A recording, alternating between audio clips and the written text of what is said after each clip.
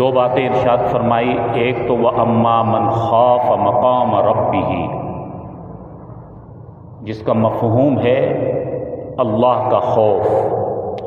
جس کے دل میں اللہ کا خوف آ گیا، اللہ سے جو ڈر گیا، اللہ تعالیٰ اسے جنت عطا فرمائیں گے، کیونکہ خوف خدا ایسی چیز ہے جو انسان کو برائیوں سے، منکرات سے، فحشات سے، گناہوں سے بچاتا ہے۔ انسان کو جہنم میں لے جانے کا ذریعہ نافرمانی ہے، گناہ ہے، اور گناہ سے بچنے کا ذریعہ خوف خدا ہے۔ جب انسان اللہ کا خوف اپنے دل میں رکھتا ہے تو وہ انسان ہر گناہ کے وقت سوچتا ہے کہ میرا اللہ مجھے دیکھ رہا ہے۔ صحابہ اکرام رضوان اللہ علیہم اجمعین اسی خوف خدا کو لے کر تقوی کے اعلیٰ مرتبوں تک پہنچے کہ اللہ تعالیٰ ان سے راضی ہوا، اور دنیا میں ہی اللہ نے انہیں جنت کی سندیں عطا فرما دی۔ صحابہ اکرام کے دل میں ہر وقت خوف خدا، اپنے اللہ کا خوف ہوا کرتا تھا، ہمارا اللہ ہمیں دیکھ رہا ہے۔ اگر انسان اپنے دل میں خوف خدا اور خشیت الہی کو بٹھا لے تو آج جو انسان اس فتنے کے دور میں گناہوں سے بچ نہیں رہا، انسان گناہوں کی دلدل میں پھنستا چلا جا رہا ہے۔ یہ خوف خدا ایسی طاقتور چیز ہے جو انسان کو گناہوں سے بچاتی ہے، انسان گناہوں سے دور رہتا ہے۔ یہ دل میں بات رکھیں ہم کہ چاہے رات کا اندھیرا ہو، سناٹا ہو، رات کی تاریکیاں ہوں یا دن کا اجالا ہو، ہمارا اللہ ہر وقت ہمیں دیکھ رہا ہے۔ ہر وقت اللہ تعالی ہر چیز سے واقف ہے، ہر چیز کو دیکھتا بھی ہے، سنتا بھی ہے، یہاں تک کہ ان اللہ علیم بذات الصدور، ہمارے دلوں کے بھید سے بھی ہمارا اللہ واقف ہے۔ ہم اپنے دل میں جو سوچتے ہیں، جو ہمارے دل میں خیالات آتے ہیں، اللہ تعالیٰ ان سب سے واقف ہے۔ ہم اپنے اللہ سے اپنا کوئی فعل چھپا نہیں سکتے، کوئی عمل اللہ سے چھپا رہ نہیں سکتا۔ یہ شیطان ہمیں دھوکے میں ڈالتا ہے کہ بند کمرہ ہے، کوئی دیکھنے والا نہیں، رات کی تاریکی ہے،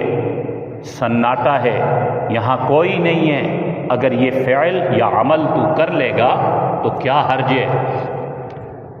کوئی تجھے دیکھنے والا نہیں، کسی کو کیا پتا تو نے یہ فعل کیا ہے؟ کسی انسان کو پتہ چلے نہ چلے، ساری کائنات کا خالق ہمارا اللہ ہر چیز سے واقف ہے، وہ سب دیکھ رہا ہے، ہر چیز لکھی جا رہی ہے۔ تو خوف خدا جب دل میں ہوتا ہے تو انسان نہ رات کی تاریکی میں کوئی گناہ کرتا ہے، نہ بند کمرے میں کوئی گناہ کرتا ہے، نہ سناٹوں میں، نہ اکیلے میں۔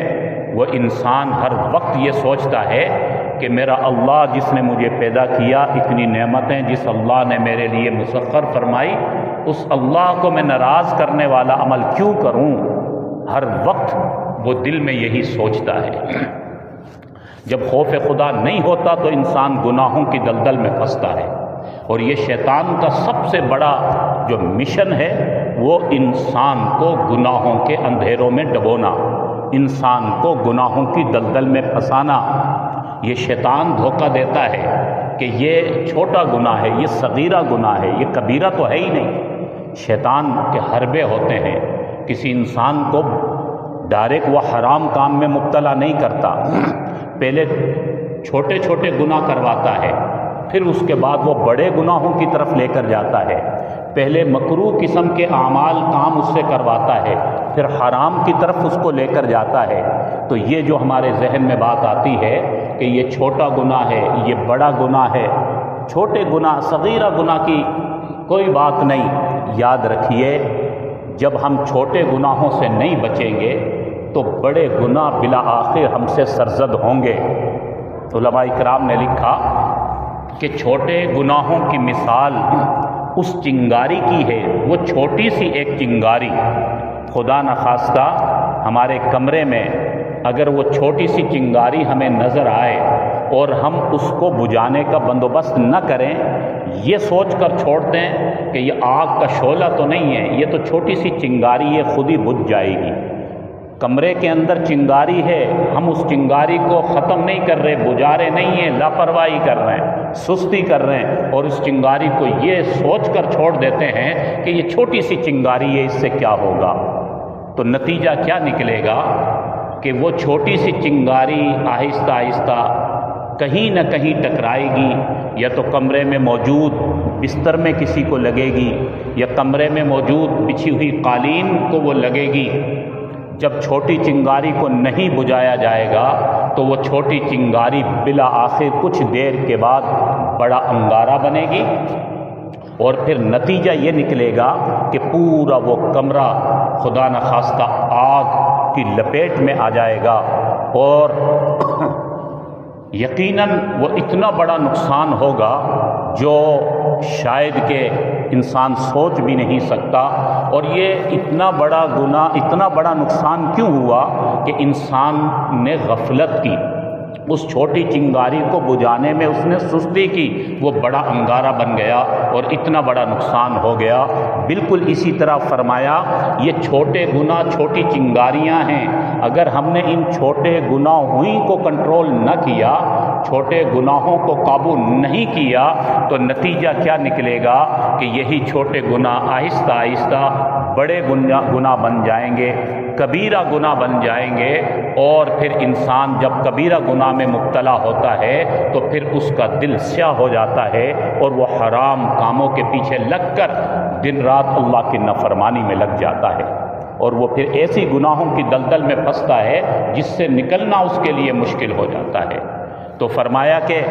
چاہے چھوٹا گناہ ہو اس سے بھی اپنے آپ کو بچانا ہے، بڑا گناہ ہو اس سے بھی اپنے آپ کو بچانا ہے۔ وَذَرُوا ظَاهِرَ الْإِثْمِ وَبَاطِنَهُ، وہ چاہے باطنی گناہ ہو ظاہری گناہ ہو، اللہ کا قرآن کہتا ہے اپنے آپ کو ان گناہوں سے بچاؤ، اور ان کے لیے گناہوں سے بچنے کے لیے میں نے عرض کیا بہترین طریقہ وَأَمَّا مَنْ خَافَ مَقَامَ رَبِّهِ، اپنے رب کے سامنے ہم نے کھڑا ہونا ہے، اس کا خوف دل میں آ جائے، اپنے اللہ کا خوف ہمارے دل میں آ جائے تو ہم کتنے ہی گناہوں سے بچ جائیں گے۔ اور دوسرے نمبر پر فرمایا وَنَهَا النَّفْسَ عَنِ الْهَوَىٰ، اور جو اپنی خواہشات نفسانی سے جس نے اپنے آپ کو بچا لیا، خواہشات نفسانی خواہشات سے جس نے اپنے آپ کو کنٹرول کر لیا، وہ انسان اللہ کو راضی کرنے والا ہوگا۔ یہ جو انسان کا نفس ہے، یہ انسان کا نفس بھی انسان کو گناہوں کی دلدل میں پھنساتا ہے، انسان کو خسارے میں مبتلا کرتا ہے، اور پھر خواہشات نفسانی کی کوئی حد نہیں ہے۔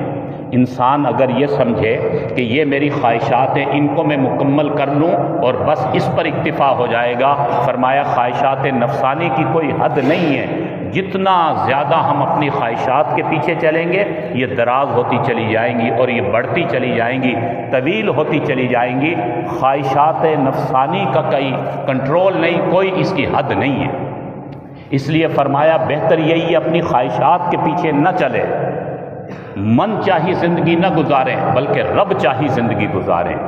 من چاہی جو زندگی ہوتی ہے یہ نفسانی خواہشات کے مطابق ہوتی ہے اور یہ انسان کو ڈبو دیتی ہے، اور جو رب چاہی زندگی ہوتی ہے یہ انسان کو اٹھاتی ہے، انسان کو پرسکون کرتی ہے۔ رب چاہی زندگی انسان کو کامیاب بناتی ہے۔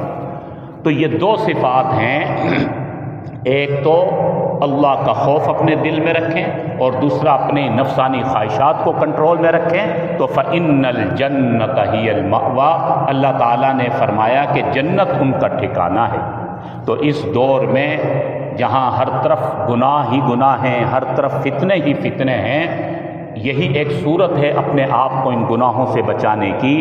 اللہ کو راضی کرنے کی، کہ ہر دم اپنے اللہ کا خوف اپنے دل میں رکھیں، اللہ کو راضی کرنے کی کوشش کریں، کیونکہ یہ مختصر سی زندگی اللہ تعالیٰ نے ہمیں اسی مقصد کے لیے عطا فرمائی ہے، اور پھر دنیا سے چلے جانا ہے، پھر وہاں پر زندگی کے ایک ایک پل کا حساب دینا ہے، ایک ایک منٹ کا حساب دینا ہے، کہاں پر کیا عمل کیا، کیا زندگی گزاری